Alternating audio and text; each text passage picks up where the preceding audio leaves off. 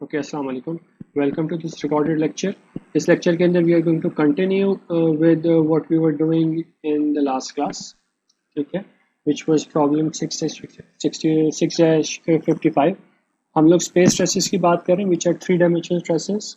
Essentially, the method to solve these is still the same. आपके पास method of joints भी available है, आपके पास method of sections भी available है, whichever is appropriate we can use. ठीक, तो हमने जो क्वेश्चन पढ़ा था और उसको हमने स्टार्ट किया था सॉल्व करना।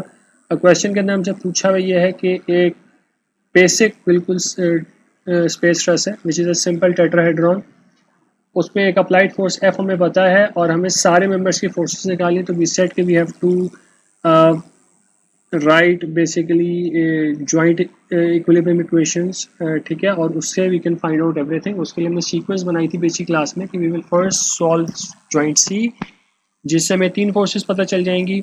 उसके बाद will move on to A पे हमें एक फोर्स पता होगी, बाकी दो फोर्सेस और एक रिएक्शन हमें पता चल जाएगा। और फिर हम डी पे मूव करेंगे जहाँ पे हमें एक दो फोर्सेस पता होंगी, ठीक है, एक मेंबर की फोर्स और दो रिएक्शंस हमारे पास अननोन होंगे, ठीक है। तो this is how we were thinking about solving this thing.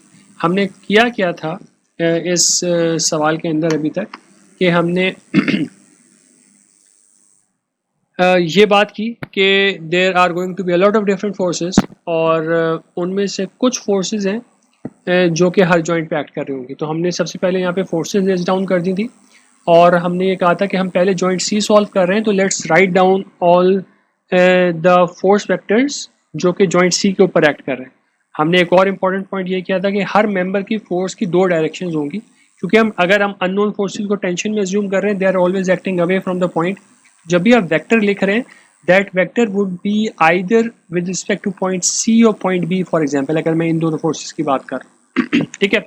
तो अगर मैं सेम फोर्स, ये जो एफ बी सी है, अगर मैं इस सेम फोर्स को विद रिस्पेक्ट टू सी लिख रहा हूँ, इट इज एक्टिंग डाउनवर्ड। अगर मैं इसको विद रिस्पेक्ट टू बी लिख रहा हूँ, इट इज एक्टिंग अपवर्ड। हमें दोनों निकालने की जरूरत नहीं है, हम एक निकाल लेते हैं। तो फॉर एग्जाम्पल मैंने विद रिस्पेक्ट टू सी निकाल ली फोर्स यहाँ पे, और अगर मुझे विद रिस्पेक्ट टू बी भी सेम फोर्स चाहिए होगी, मैं सिर्फ इसको माइनस से मल्टीप्लाई कर दूंगा and that would be good enough, ठीक है। उससे हमारे पास मामला सही हो जाएगा। हमारे पास तीन डिफरेंट फोर्सेस थी पॉइंट सी के ऊपर, बी सी था, ठीक है, ए सी है और सी डी है। तो A C, C D, B C, तीनों पॉइंट एट सी यानी सी के रिस्पेक्ट से जो डाउनवर्ड फेसिंग डायरेक्शन है, यानी कि टेंशन है अवे फ्रॉम द पॉइंट, इस रिस्पेक्ट से मैंने तीनों इक्वेशन यहाँ पे बना के लिख दी थी। उनका हमने काम पिछली क्लास में यहाँ पे कुछ सिंपल सी डायग्राम भी शोन है, ठीक है। हमने विजुलाइज करके ये जज किया था कि सारी फोर्सेस जो है किसी न किसी 2D प्लेन के अंदर एग्जिस्ट कर रही है, तो 3D में कोई भी फोर्स नहीं, तो we don't need to worry about it a lot कि हमें पूरा पोजीशन वेक्टर निकाल के करने की ज़रूरत नहीं। हम अगर कहीं करेक्ट प्रोजेक्शन को चेक कर लेते हैं, और इस प्रोजेक्शन को देखने का भी हमें तरीका थोड़ा सा यूज टू हो गया है, क्योंकि हम जब मोमेंट्स के लिए हम ये प्रोजेक्शन देखते हैं क्लॉकवाइज काउंटर क्लॉकवाइज के लिए, तो हम जब एक्स से देख रहे हैं तो हमें वाई जी नज़र आ रहा है, उसमें हमें फोर्स बी सी नज़र आ रही थी। सी की रिस्पेक्ट से this force F B C acting downward, इसके मैंने कॉम्पोनेंट्स बना के यहाँ पे लिख दिए थे। Same thing we did for the force C D and the force A C, ठीक है। और ये हमने एक complete free body diagram C बना दी थी for the point. This doesn't necessarily help us a lot. This is by the way point C. This doesn't help us a lot. हमें इसका फ़ायदा सिर्फ ये हो रहा है कि हमें पता चल रहा है हमें कितनी फोर्सेस काम कर रही हैं। हमारे पास एक अप्लाइड फोर्स F है, वो भी C के ऊपर है, and the force magnitude is actually shown here, ठीक है। ये 600I plus 450J minus 750K pounds आपकी फोर्स है, and this is basically it. हमने समेशन एफ एक्स की इक्वेशन लिख ली थी, अब हमें समेशन एफ वाई और समेशन एफ जेड की इक्वेशन लिखनी है, and then we can proceed. Just like we said in the last lecture, once we actually write the Cartesian vectors, then writing the summation of forces is not that difficult, because अब हमें सारे components already पता हैं, ठीक है। हमारे पास चार different forces हैं, जबकि सबके y components पिक करने और इस equation में लिख देने हैं। F हमारे पास applied force है, इसका y component जो है that is 450, ठीक है। हमारे पास एक फोर्स है, फ्रॉम द टॉप स्टार्ट कर देते हैं, हमारे फोर्स एफ बी सी है, इसका y component 3/5 F B C है।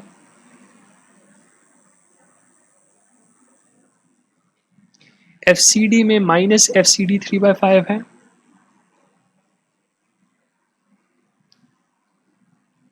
और ए सी का y कॉम्पोनेंट नहीं है, ठीक है। There is no y component in A C, तो this becomes our second equation.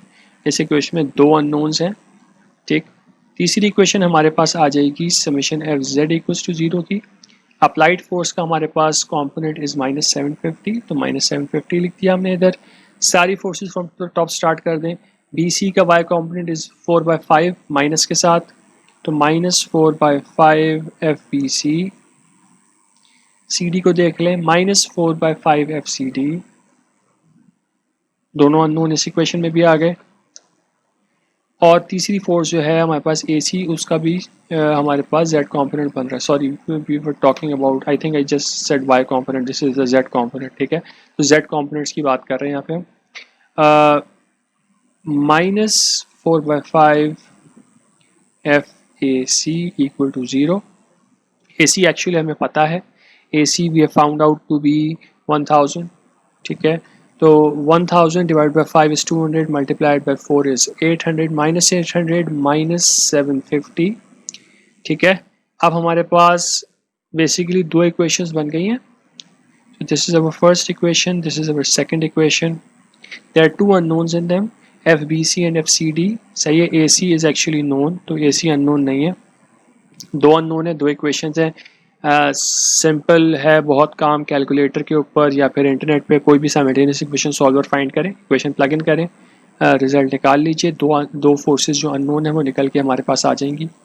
What we are going to find out is that F C D will come out to be a positive quantity, तो it will be 406.25 pounds, and since this is positive will take this in tension.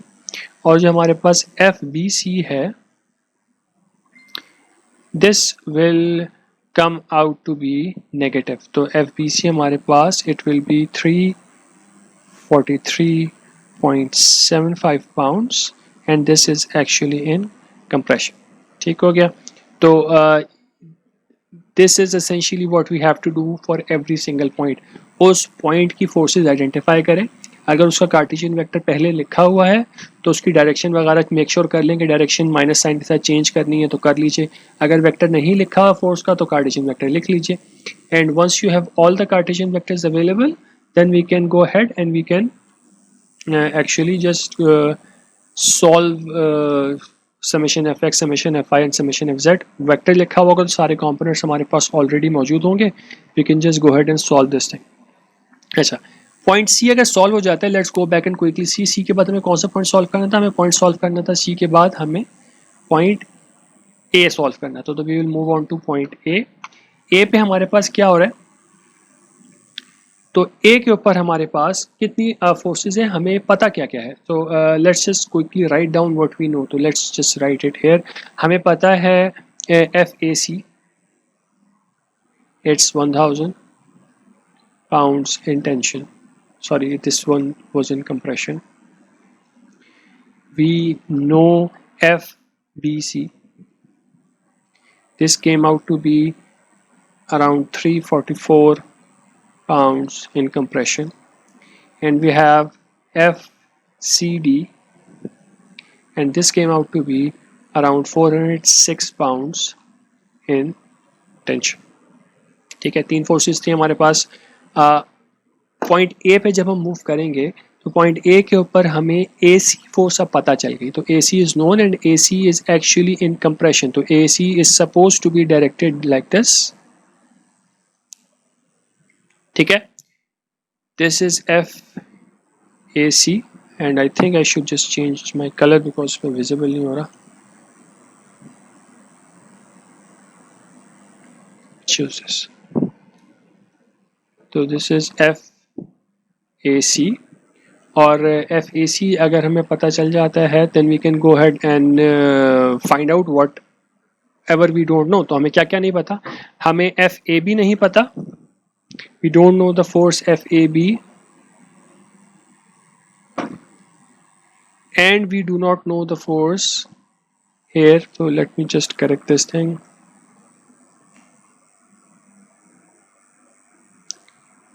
This force here, which is actually FAD. ठीक है, तो point A को separately थोड़ा सा draw कर लेते हैं। ए पे हमारे पास क्या क्या है, we have an force FAC which is compressive because we know it is compressive. एक सिंगल रिएक्शन है AZ, ये सिंगल क्यों है ये हमने पिछली क्लास में बात भी की थी. We have an unknown force FAB and we have an unknown force FAD. AC का वेक्टर हमें ऑलरेडी पता है, तो AC का वेक्टर पीछे से आ जाएगा. तो AC का हमारे पास जो वेक्टर है that is I and K components. ठीक है, this vector is directed downwards. ठीक है, और हमें डाउनवर्ड ही चाहिए, just keep this in mind.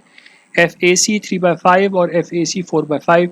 तो हमारे पास FAC जो निकल के आ रहा है वेक्टर, तो the vector FAC is equals to, it was plus and minus, so it is 3/5 FACI minus 4/5 FACK, and this was directed downward. जब हमने इस वेक्टर को लिखा था, when we wrote this vector AC vector, we wrote this particular vector, we wrote it directed downward. so ये direction जो है downward के लिए है. अगर मैं इसको सिर्फ 1000 मैग्नीट्यूड से मल्टीप्लाई करा दूंगा then I am good. I don't need to consider the minus sign. अगर माइनस साइन मुझे कंसिडर करना होगा तो मैं पहले इसकी डायरेक्शन चेंज करने के लिए लिखूंगा ना कि मुझे अगर यहाँ पे भी टेंशन में फोर्स चाहिए होती नीचे भी, तो मैं इसको माइनस से मल्टीप्लाई कराता तो मेरी फोर्स की डायरेक्शन चेंज होती. But the force is actually in compression, so we don't need to do that. सही है, हमें इस डायरेक्शन चेंज करने की जरूरत नहीं है, तो हमें माइनस साइन से मल्टीप्लाई नहीं कराना पड़ेगा. Will just multiply this thing with 1000. ठीक है, तो ये बात हम पहले भी कुछ केसेस में कर चुके हैं कि the minus sign in the magnitudes that we get for forces, that just shows whether the force direction is correct or not. ठीक है, तो अब मैग्नीट्यूड जो है वो that is just 1000, और माइनस साइन ये शो कर रहा था कि हमने जो अज्यूम डायरेक्शन की थी वो गलत थी बस. तो हमें जब इस वेक्टर को डाउनवर्ड डायरेक्शन में लिखना पड़ेगा, will just multiply this thing with 1000. तो 1000 here and 1000 here, that will be good enough for us. ये चीज़ हो जाएगी. फिर हमारे पास और क्या चीज़ है, हमारे पास एक फोर्स है FAB. ठीक है, we need to write a force FAB and we need to write a force FAD. अब think about the force FAB.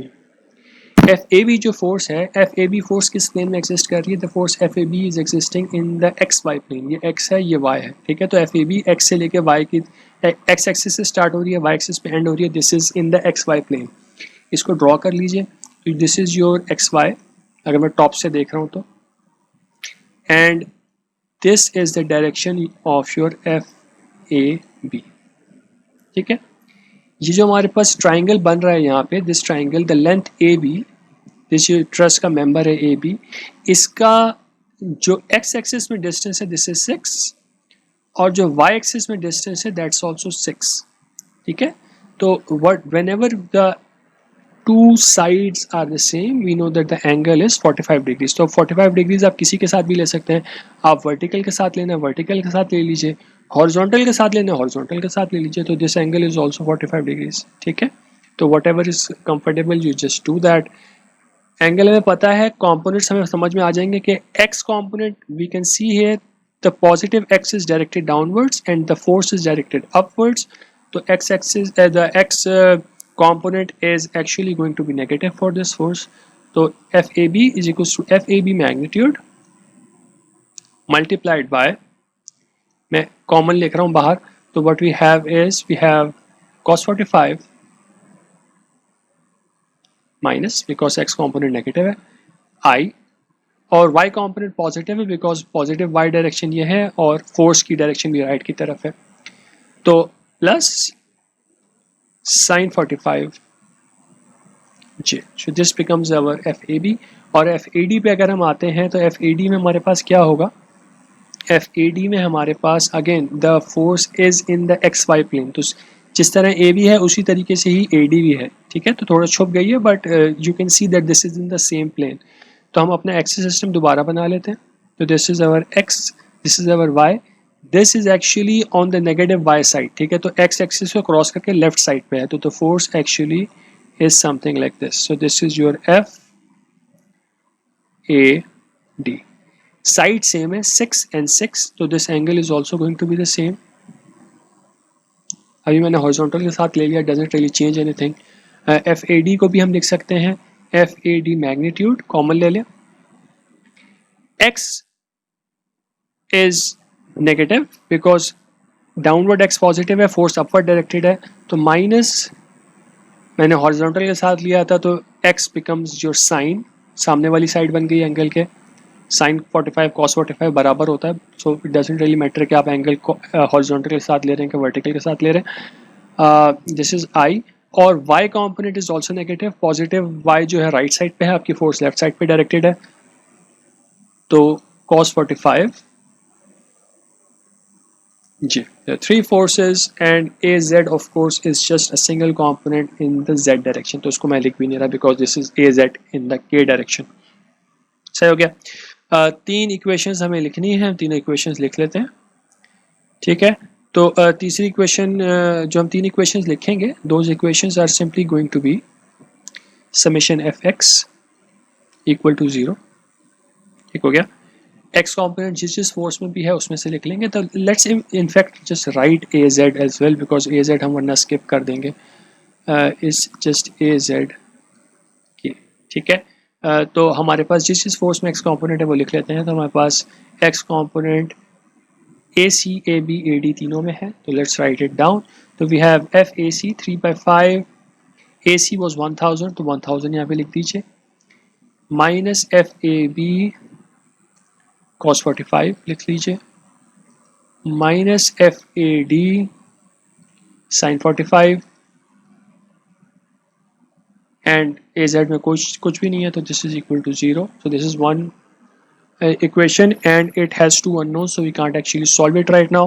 आगे चलना पड़ेगा, समेशन एफ आई लिखें, समेशन एफ आई में कंपोनेंट्स लिख लें, तो what you can actually start to see this thing, जो काम मेहनत लग रही है, मेहनत ऊपर लग रही है यहाँ पे वेक्टर्स लिखने में, once you do write the vectors correctly, पर नीचे वाला काम डायरेक्टली कॉपिंग है, ऊपर से कंपोनेंट्स कॉपी करना। एसी में कोई वाई कंपोनेंट नहीं है, एसी में कोई वाई कंपोनेंट नहीं है, so when we write the equation what we get is we get, okay let's go back, yeah, so we get no y component from the FAC force, तो हमारे पास FAB का component आएगा, तो FAB component is positive, तो it is FAB sin 45 minus FAD cos 45, ठीक है। AZ में भी कुछ भी नहीं है, तो दिस इज इक्वल टू 0, ठीक है। What does this tell us? This tells us that AB is actually equal to AD, and we can then use this and plug this back in the first equation and get what is AB equal to AD, ठीक है, हम निकाल सकते हैं। तो अगर हम पहली इक्वेशन के अंदर AD की जगह पे AB प्लग इन कर देंगे, तो we will be able to find out whatever unknown force we have, ठीक है। तो what you're going to find out, so let's say this is equation 3, this is equation 4, so when we put 4 in 3 and you need to do this exercise, इसको इसके अंदर plug in कीजिए, what you're going to find out is FAB equal to FAD will come out to be 424.26 pounds, ठीक है, and this is going to be a positive force जिसकी वजह से ये दोनों जो है टेंशन में है। सही, तो दो इक्वेशंस लिखी, हमें दो चीज़ें पता चल गई। अगर मुझे रिएक्शन चाहिए, if I need to know the reaction then I can also write summation of z। Question में उन्होंने हमसे पूछा हुआ नहीं है रिएक्शन निकालने का, तो we don't actually need to write this equation, तो what we can simply do is we can skip it if we don't want to, but let's just see कि क्या होता है। तो if we do this then all the z components will come in this equation। AC का z component is 4/5 FAC, ठीक है। AB का कोई z component नहीं है, AD का कोई z component नहीं है, AZ is there, so you get AZ equal to 800 pounds। और हम रिएक्शन के साथ कभी भी टेंशन कंप्रेशन नहीं लिखते, Members, truss members can be in tension and compression. Reactions are just forces. They can be negative or positive, but reactions are not compressive or tensile. सही है ना? तो बस reaction is just a force. सही है. Joint A solve हो गया. हमें पहले वाले सॉल्यूशन से हमें तीन चीज़ें पता चल गई थी. We knew what was FAC, we knew what was FBC, and we knew what was FCD. अभी हमें AB और AD पता चल गया. ठीक है, तो अब हमारे पास एसेंशियली सिर्फ एक अननोन फोर्स बाकी रह गई है, and that force is BD force. ठीक है, तो हम अगर 3 पेज के ऊपर इफ यू जस्ट सी के what we actually do know, we know this and this was done at point C. Point B के ऊपर हमें ये और ये पता चल गया. सॉरी, पॉइंट A के ऊपर सिर्फ एक फोर्स बाकी रह गई है, which is this force BD. और ये निकालने के लिए we have two choices, either B और D. हमें देखना पड़ेगा हम किस में जाते हैं. B के ऊपर there are this 3 unknown reactions. We can't actually go here. 3 + 1 becomes 4 unknowns. 3 equations हैं Fx, Fy, Fz की, तो we can't solve at point B. D के ऊपर 2 रिएक्शंस हैं और एक अननोन फोर्स है. 3 अननोन्स हैं, वी कैन सॉल्व इट. तो पॉइंट D पे सॉल्व करेंगे. पॉइंट D के ऊपर हमारे पास क्या हो रहा है, हमारे पास फोर्सेस कौन कौन से हमें पता है. तो we know that our force CD. ठीक है, मैं जस्ट यहाँ पे लिख देता हूँ कि मेरे पास FCD जो था हम पहले निकाल चुके हैं. FCD came out to be 406.25 pounds and this was in tension. तो ये एक फोर्स है हमें जो पता है, CD. सिमिलरली AD हमने अभी निकाला है पिछली वाली स्लाइड में. तो FAD is equal to, it came out to be how much? This was let me just check my notes. This was 424.26 pounds and this was also in tension. तो ठीक है, तो हमारे पास पॉइंट D के ऊपर FCD है. This is in tension. This is an important point. We will need to consider somehow. CD को हमें देखना पड़ेगा हम क्या करते हैं. AD है, that is also in tension. There is an FAD. This is in tension. Then there is FBD.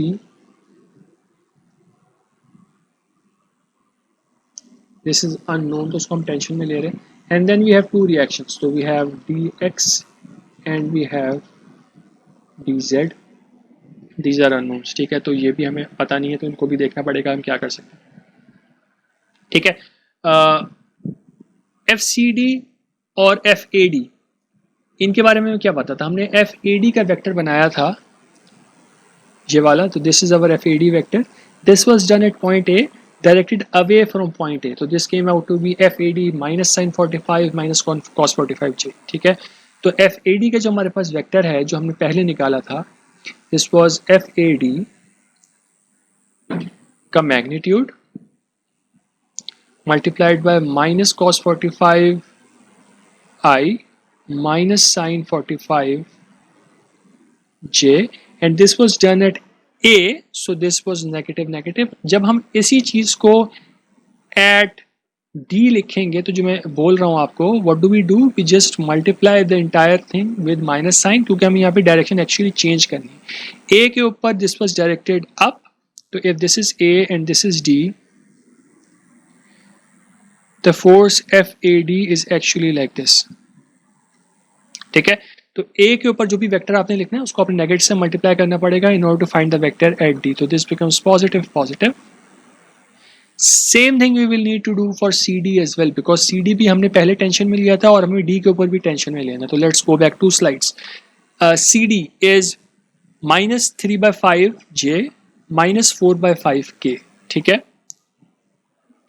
तो FCD minus 3/5J minus 4/5K, right?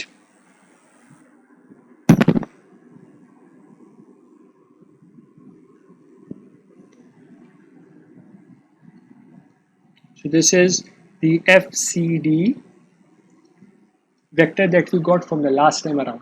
हमें डायरेक्शन चेंज करनी पड़ेगी, तो what we'll do is just multiply this thing with minus, ठीक है। तो हमारे पास एफ सी डी की करंट डायरेक्शन आ गई। तो आपको 2 दफ़ा वेक्टर लिखने ही पड़ेंगे। अगर डायरेक्शन हमने एक फोर्स की डायरेक्शन रिटेन की है ए सी की, बिकॉज वो कंप्रेसिव हो गई थी फोर्स, उसको हमने माइनस से मल्टीप्लाई नहीं कराया था। बाकी जो 2 फोर्सेज है जो कि टेंशन में ही थी, तो टेंशन की फोर्स को दूसरे एंड पे मूव करने के लिए हमें माइनस से मल्टीप्लाई कराना पड़ा, जैसे कि हम यहाँ पे शो कर रहे हैं, ठीक है। तो राइट, तो what do we do, basically अब हमारे पास 2 वेक्टर्स पता चल गए। तीसरा वेक्टर जो है वो क्या है हमारे पास, एफ वी डी, और F B D is easy, F B D is just in Y, ठीक है। एफ वी डी की डायरेक्शन जो है अलोंग द वाई एक्सिस है, तो this is just F B D J. इसका हमें एक फ़ायदा भी होगा, let's just talk about this. आपके पास रिएक्शन जो आ रहा है एट डी, तो let's call this thing F D, और instead let's call this RD. RD is equals to dxi plus dzk, and with this we have all of our forces. Up, which force do we actually need? We need the force FBD, ठीक है। तो अगर मुझे सिर्फ और सिर्फ member forces निकालनी है, then I simply need to just write summation fi equals to 0. I don't need to write x and z, because मुझे fbd सिर्फ y इक्वेशन से मिलेगा, तो bd का कंपोनेंट सिर्फ y में ही, ठीक है। तो summation fy equals to 0 gives me what, सबके y कंपोनेंट लिख दीजिए। y कंपोनेंट ad में आ रहा है, cd में cd में भी आ रहा है, ठीक है। तो fad का y कंपोनेंट क्या है, fad sin 45 या cos 45, जो भी आपने एंगल कंसिडर किया उसके हिसाब से आ जाएगा। तो F A D sine 45, C D का y component is F C D 3/5 plus F D B equal to 0, ठीक हो गया। तो this is our basically equation, that this is the only equation that we actually need to solve, ठीक है। और कुछ भी सॉल्व करने की ज़रूरत नहीं है। एक अननोन है, उसको we can just go ahead and solve it, ठीक है। उसको निकाल लेते हैं, and this will give us F B D equal to 544 pounds in compression, सही है। तो this is basically what we have in this, और इसमें हमें कुछ भी नहीं करना था, it was fairly straightforward. और हम x और z की इक्वेशन लिख सकते हैं इफ़ यू वांट टू, ठीक है। x और z की इक्वेशन अगर हम लिखेंगे तो हमें dx और dz भी मिल जाएंगे। I don't want to spend time on that, instead I would like to focus on another problem, जिसको हम अभी सिर्फ डिस्कस कर लेंगे उसकी प्रिलिमिनरीज को, और फिर उसको हम वेडनेसडे के लेक्चर के अंदर we are going to actually solve it, that is the task for Wednesday's lecture, ठीक है। तो इस सवाल को हमने कर लिया। If you have any problems in this question, please you can send me WhatsApp message, जो भी फेसबुक पे कांटेक्ट कर लें, whichever method you feel comfortable, या फिर जब हमारी लाइव क्लास होती है वेडनेसडे को इंशाल्लाह, तो you can ask your questions then and there during the video. अगर आपको कोई क्वेश्चन हो तो आप मुझसे डायरेक्टली पूछ सकते हैं ऑन व्हाट्सएप और Facebook, what ever you feel comfortable, सही है।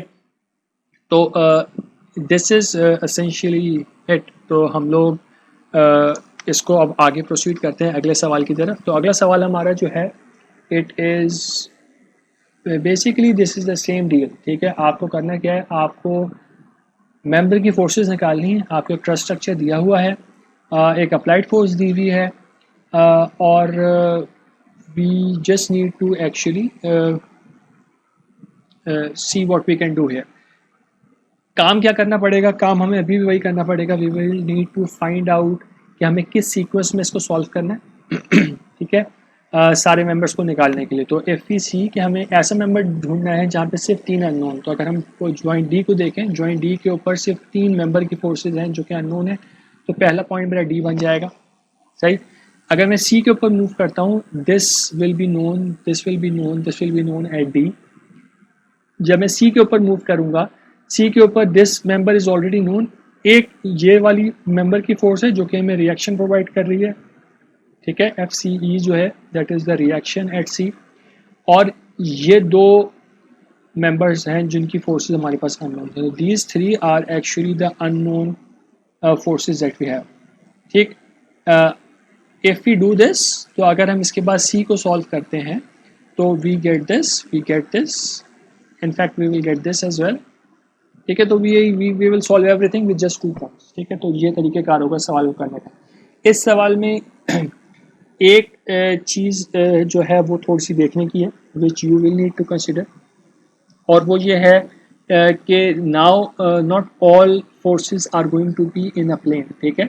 कुछ फोर्सेस बहुत सिंपल डायरेक्शंस में हैं। फॉर एग्जांपल अगर हम एफ डी सी को देखें, this is directed along the X axis, F A C is directed along the Y axis, ठीक है। But the remaining three forces, these three forces, they are not in a plane, ये 3D के अंदर oriented है। हमें कैसे पता?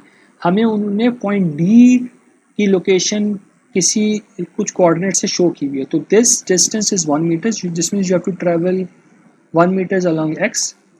This distance is 2 meters, so you have to travel 2 meters along y, and then you have to travel 2 meters along z. So z is actually somewhere on top of this point which is in the xy plane. तो ये जो point है d, इसके तीनों coordinates, so d के जो coordinates बनेंगे that's going to be x में 1 meter, y में 2 meters और z में भी 2 meters, ठीक है। ए के क्या कोऑर्डिनेट्स हैं? A is the origin, C is on the Y axis, इसका टोटल डिस्टेंस जो है यहाँ से यहाँ तक एक्स, यहाँ 0 वाई से लेके यहाँ तक इस 3.5 मीटर्स, वाई एक्सिस के ऊपर है तो बाकी दोनों कोऑर्डिनेट 0 होंगे, तो दिस इज 0, 3.5 एंड 0। और point B is in the X Y plane, point B जो है वो प्लेन के अंदर है, बिकॉज ये एक रेक्टेंगल से यहाँ पे फॉर्म करके उन्होंने दिखाया हुआ है, ठीक है। तो this is actually in the X Y plane at z equals to 0, तो z का कोई कोऑर्डिनेट नहीं होगा। x में this distance from origin to here, this is 5 + 1, ठीक है, तो दिस इज 6, और y के अंदर this is 3.5 and this is 0। तो अब what you are going to actually have to do in this case is कि जब भी ऐसे सवाल आएगा जिसमें वेक्टर्स 3D में ओरिएंटेड होते हैं तो हमें अपने पोजीशन वेक्टर्स वाली अप्रोच लगानी पड़ेगी। तो we will need to find out the unit vectors from D to C, from D to B and from D to A, क्योंकि हम पहले पॉइंट D सॉल्व कर रहे हैं। यूनिट वेक्टर आ जाएगा, यूनिट वेक्टर को हम magnitude F A D, F B D और एफ सी डी से मल्टीप्लाई कर देंगे। अननोन मैग्नीट्यूड के 3 हमारे पास वेक्टर्स बन जाएंगे, 3 फोर्सेस के, F A D, F B D और एफ सी डी। जो 3 हमारे पास अननोन फोर्सेस बन गई हैं, we can just apply summation F X, F Y and F Z at point D and we can solve this, ठीक है। तो ये हम करेंगे, ठीक है। We will try to do this thing in the next class, but you need to understand that this builds on what you have done in chapter 2 and chapter 5, सही। तो that is why I keep saying that you can't actually say that there is something not coming in statics in the final exam. Everything is part of the final exam, because you can't attempt this without going through chapter 2, without preparing chapter 2 and without preparing chapter 3 and chapter 5, ठीक है। तो essential है बहुत ज़्यादा आपके लिए कि आप पीछे की पूरी तैयारी करें। You can't skip, you can't say कि चैप्टर 2 तो नहीं आ रहा, चैप्टर 2 में ये करने की ज़रूरत नहीं। तो you have to do the entire thing, without it you will not be able to actually complete this thing, ठीक। तो let's end this here. We are going to attempt this problem in Wednesday's class, live करेंगे, और उसके बाद हम अगले हफ्ते भी कुछ सवाल इसके अटेम्प्ट करेंगे। इस वीक के बाद हमारे पास 2 वीक्स रह जाएंगे, तो we are going to actually spend like 2 lectures में भी इन द नेक्स्ट वीक, और उसके बाद हमारे जो 4 लेक्चर्स बाकी रह जाएंगे, अगले वीक का 1 लेक्चर और उससे अगले वीक के 3 लेक्चर्स, उसमें हम रिविजन्स करेंगे, ठीक है। और मैं इस चैप्टर 6 से आपको एक असाइनमेंट अपलोड कर दूंगा इसी वीक में इंशाल्लाह। तो do that assignment, and then we have 1 quiz left from chapter number 6. We'll do that quiz, and with that हमारा session complete हो जाएगा, and we'll be left with only the final exam, ठीक है। तो with this I'm going to end this lecture, ठीक है। And कोई question हो तो please contact me, otherwise Wednesday की क्लास में पूछ लें, एंड विल इंशाल्लाह have a live session on Wednesday. Thank you very much, अस्सलाम वालेकुम।